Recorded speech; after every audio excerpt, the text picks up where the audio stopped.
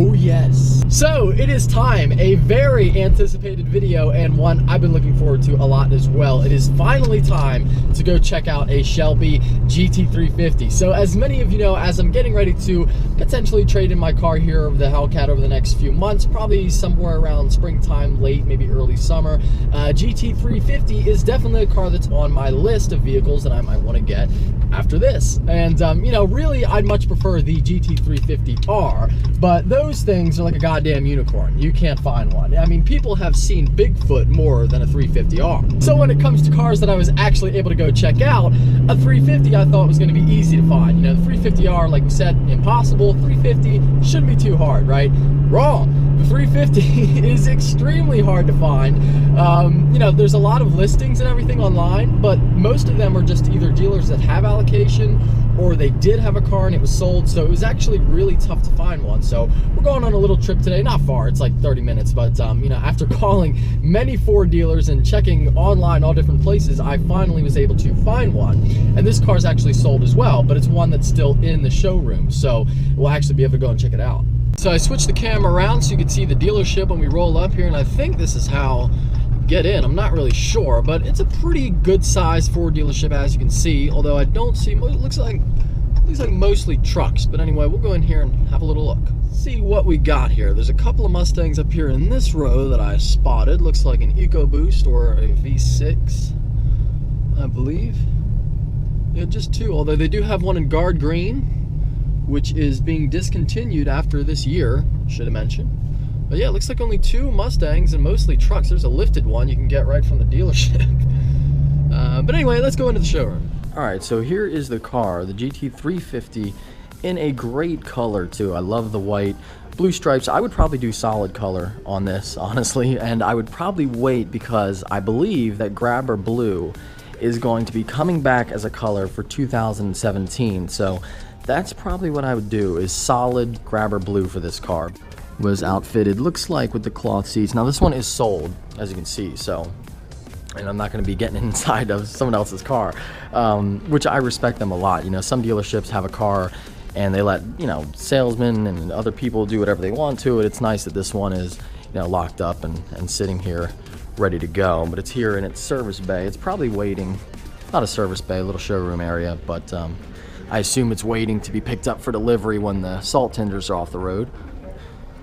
So this car does have the technology package and the over-the-top racing stripe, a $500 option, yeah. Take a quick look at the interior as best I can see it. Yeah, the interiors look really good on these new Mustangs. You can really see here on the car the hip line when you look at it from the side. You can see how the front fender's out a lot and the rear fender as well. This rear haunch is fantastic. Like, that line for the car is awesome. You can really see how much wider the fenders are on this. And on the back, you know, this car, I would love to start it up and hear the exhaust, because I've only heard one of these a couple of times and never in person, and I'm sure it's amazing. Of course, this is a little bit different than the 350R. The 350R has done away with the resonators. I believe this still has resonators, but either way, it's incredibly loud, and that flat plane crankshaft just makes just a totally unique noise, especially coming from this car. It looks awesome. Looks awesome. Looking at this really close up, you can see some other details you wouldn't see unless you're close up. And this has like a hexagonal pattern to it, which is cool. It's not just black, so it's nice it has at least a little pattern. And up here, I did not know that it says Shelby in the front on the little splitter. So that's definitely a cool detail. I like that a lot. Just do one little final walk around here. I have been looking at this car for like 25 minutes now, honestly, and needless to say, I'm not getting tired of it whatsoever. But yeah, it was really cool to get to see it up close, get to spend some personal time with the car, and hopefully, you know, at some point, maybe if there's one just in dealer inventory or whatever, could check it out a little bit more in depth. But yeah, this is a customer car for sure, and I did confirm they are waiting to pick it up until it's the salt has been cleaned off the road, so which should be soon because it's really nice out. So hopefully, whoever's car this is, they can pick it up soon and go out and have some fun with it. All right, so there is the Hellcat. This is a GT350, and we're about to go for a ride.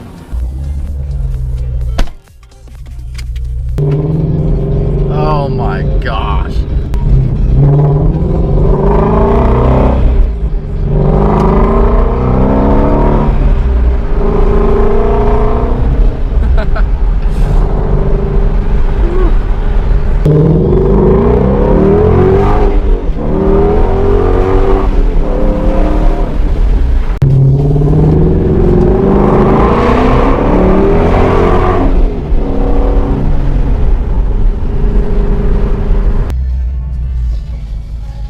Alright, so we are back at home in the Hellcat, and I want to apologize. I know that the clips there at the end of the video were just kind of like jumbled and only a few of them, but we didn't have a lot of time.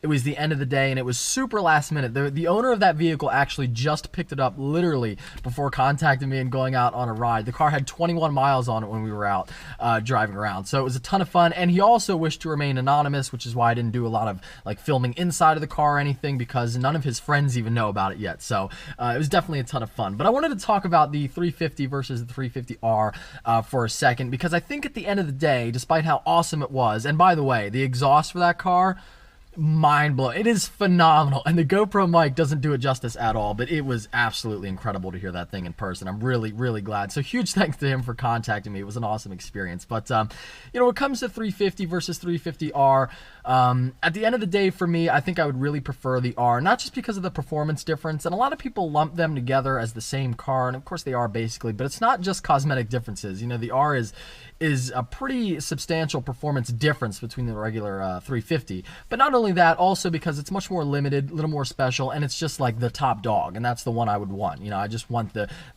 biggest, baddest Mustang that there is, and that would be the 350R. Unfortunately, you know, and I don't want anybody to think that I've just been sitting on my ass this whole time. Like, I've been doing research for a long time on these cars for the last couple of months.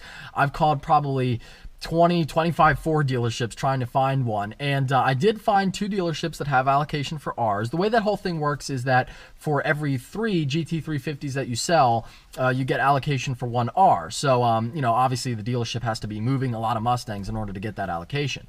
And I did find one, and long story short, the price is not going to be anywhere, it's not going to be anywhere even close to like MSRP, and quite frankly, it's not going to be below like 90 grand at the lowest. And I didn't even get to exact numbers because there's just no point. You know, 90 grand is just too much for that car. It's not something that I'm willing to pay, and you know, it's unfortunate. It's an unfortunate system because it ruins the car. You know, Ford, I like what they're doing with the GT.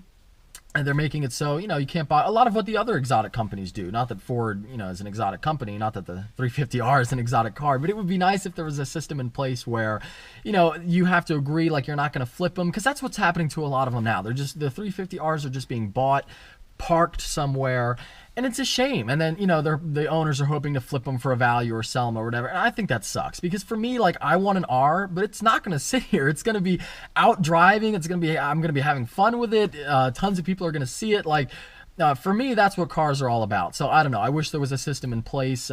This dealer price gouging stuff is out of control. Even the regular 350s are selling for 10, 20 grand over MSRP, and that's just insanity. And, you know, they're not like, they're limited production, but they're going to be out there. So I feel like in a year, they're not going to be this expensive. So I don't know. It's just something to think about, and it's unfortunate. I wish there was a system in place, and I could go on a whole rant about all that stuff, and maybe I will make a rant for another day on all the bad parts about car dealerships and everything. But anyway, focus on today. It was a ton of fun. I absolutely loved getting the ride in that car and seeing the other one all morning. It was fantastic. They are really, really cool. And of course, even if, like, you know, if you can't get an R, it's not like you're going to be disappointed with a 350, that's for sure. But anyway, let me know what you guys think of the 350. I really want to know what everybody has to say about it. And as always, thank you so much for watching. Always appreciated. If you're stopping in for the first time, please subscribe and take care. Have a fantastic day.